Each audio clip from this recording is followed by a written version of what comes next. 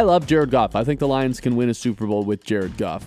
I also think Caleb Williams is basically neck and neck right now with Jared Goff for maybe who the best quarterback in the division is after what he's done the last month. I still would probably give the edge to Goff right now, but if you're asking me what do you think is going to happen a year from now, well, let's look at this one stat.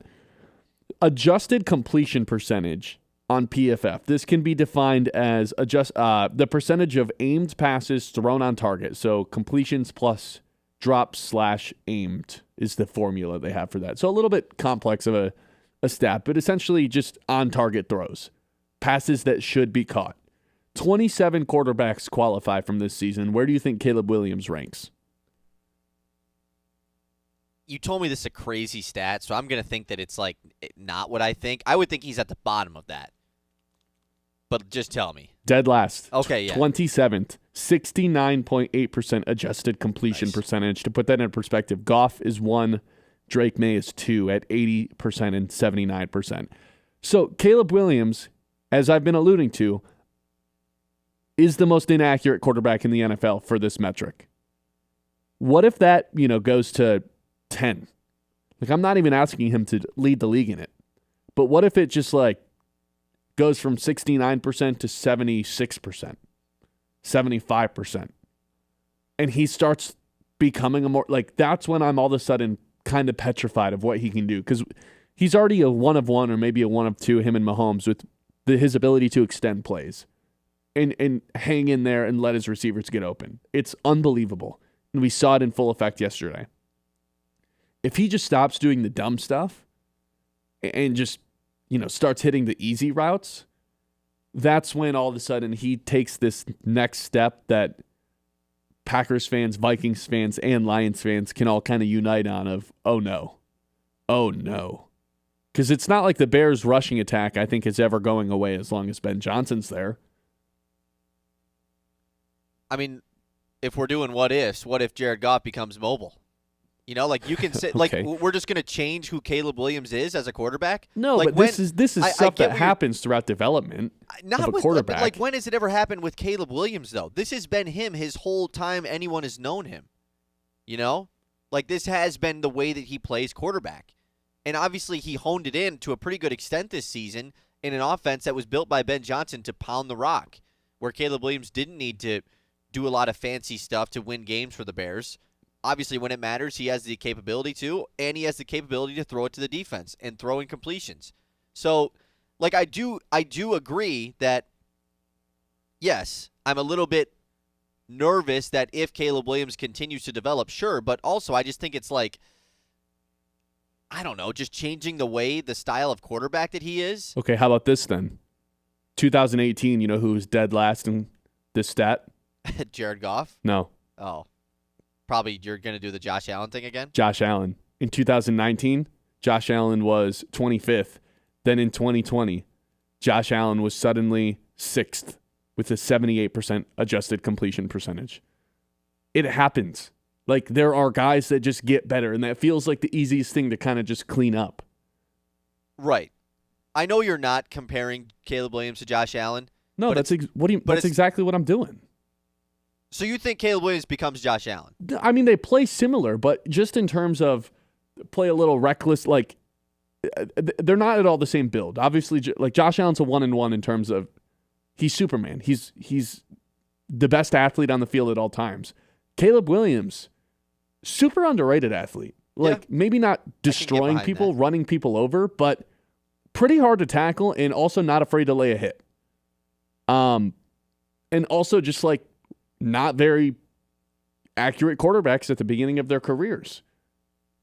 All I'm saying is, okay, if he can do what Josh did and go from very inaccurate to one of the more accurate quarterbacks in the league, that is the express route for Caleb Williams to get to the top of the NFL in terms of the quarterback rankings. I don't know where I'd have him right now, but man, you look around the NFC and it's not like there's someone who's screaming, it's me and it's my conference for the foreseeable future. Stafford, I think, is the best guy, but Stafford's old.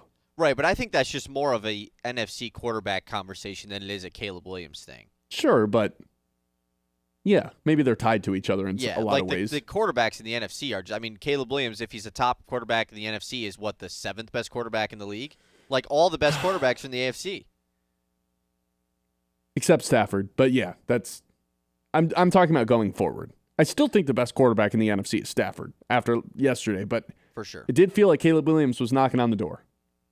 I just think that with Caleb, like, it's probably, like you said, it's hard to just do these quarterback things in the playoffs because everybody's watching these games. There's so much that goes into it. You don't even think about the quarterbacks that aren't playing because you're just focused on the ones in front of you.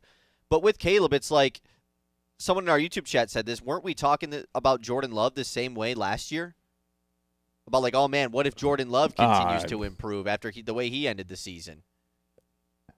And you and I weren't talking. I wasn't talking about Jordan Right, Love but like that. it certainly was a conversation.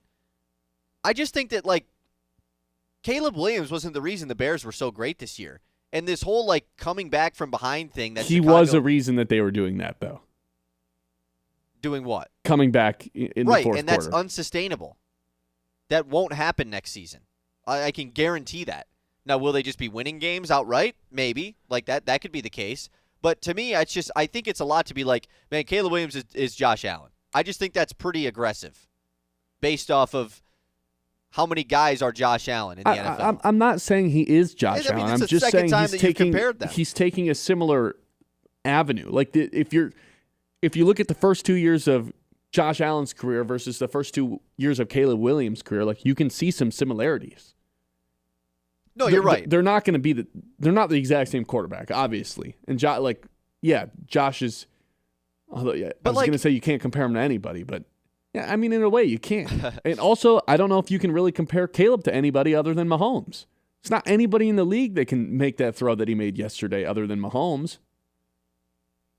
Sure, but like, I don't know. It's just to me like Caleb Williams had a couple flashy plays, and he had that drive at the open of overtime before he threw that ended in an interception that lost them the game.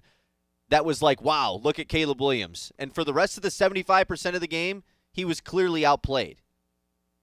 And just wasn't like, sure, CJ Stroud stunk, so like it was easy to just like point at that guy and be like, oh, haha, that guy sucks. But like, I think that there was this is what we've seen from Caleb Williams time and time again. So who do you think is the next guy to kind of take that title away from Stafford as the best quarterback in the conference? I'm not saying that that's wrong though, but I don't want to count out Jaden Daniels just because of fair. I thought he was better year one than Caleb Williams was this year. I would agree. Is that fair?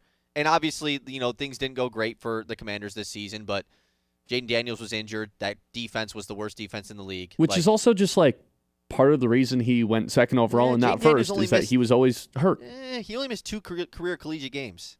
Yeah, but wasn't really hurt like people always say he was. No, but it was a part of the scouting report that he could get hurt based on how small and skinny he is. And the hits that he took. That was the big thing with him. Yeah, he just kind of which is still a problem. Body out there. But yeah, so like I'm not going to count out Jaden Daniels. I absolutely think that Daniels is going to be back in that conversation next season. And then you still have that middle tier of older guys, that are like, they're kind of at the end of their prime, but like the Goffs, the Daks, the Bakers, and then there's Stafford. And obviously, like Jalen Hurts exists somewhere. I'm not like he's definitely not in line for this, but he's like outside of the room. Like, hey guys, can I come in, or do I have to sit out here in the cold? So they're like, please, you actually have to stay out here, man. Yeah, sorry. Yeah, exactly. To me, like I don't think you're wrong about that part of it. Like, yeah, at some point, I think Caleb Williams has a chance to take it over. But to compare him to Josh Allen and to think that maybe he's going to take that step where he's all of a sudden like the best quarterback in the NFC next season, I cannot get behind that. The year 3 leap. You don't believe in the year 3 leap? It hasn't happened for that many guys recently. Frank agrees with you. He says next year they probably won't even win 10 games because they won't win all these one-score games and last-second stuff that's a fluke. That has been the case this season. Just think about that game. Like, that was it perfectly encapsulated the Bears season. Oh, it's 4th and 4. Let me run 30 yards backwards and chuck it into the end zone, and somehow we tied it. Like, so good. Ooh, Nate in the YouTube chat says the same Josh Allen that just got his coach fired and had 5 turnovers in the biggest game of his life. That's pretty good. Yeah, on one hand, the Bears are going to be playing a tougher schedule this season. And you're right, they won't win all those one-score games. But remember after the Lions, won the division and then they played a first-place schedule and they still just kind of ran through everybody? Like, I really wouldn't be surprised if the Bears just kind of ran the table next season. Not to say like, oh, I'm picking them to win the Super Bowl, but I wouldn't be shocked if they were a really great regular season team next year and like it wasn't all these one-score games. They were just winning games because they kind of figured out how to do that. And I think Ben Johnson plays a lot into that as well. Like, he's not going to just completely change this offense to like, hey, I know the reason we were very successful this year is we kind of had this really elite run-style offense with two different running backs that controlled the game. And now we're just going to let Caleb Williams cook the whole time. I don't think that's going to happen. Exactly. Either. I don't think that's going to happen. And so, like, Ben Johnson will set this team up for success. And in hand, that would set up Caleb for success as well. They also, like, I feel like this year at the beginning of the season, they were like a baby deer trying to walk for the first time, like kind of stumbling over themselves at the beginning of the season. Even the Lions just absolutely rolled them week 2. I mean, I don't really expect those games to happen anymore, right? Like now that they know who they are and they know what they're capable of, I feel like they're walking into next year a hell of a lot, more stable than they were at the beginning of this past season, even if it's mostly the same guys. But they also have the rookie quarterback contract. That's kind of also the scary part about this. Agreed. Where they can kind of just go spend recklessly for the next couple of seasons in free agency before the Caleb Williams contract comes. So we're not worried about 9, huh? No, he's not. Is he in the room? Is he even in the same zip code? Brian Flores can come along as DC's I'm worried about, but I'm still worried about O'Connell with any competent quarterback. Yeah, any competent quarterback. I don't know if J.J. McCarthy qualifies as competent quite yet. 989-837-6125. This is the Ben Bosscher Show live on 100.9 The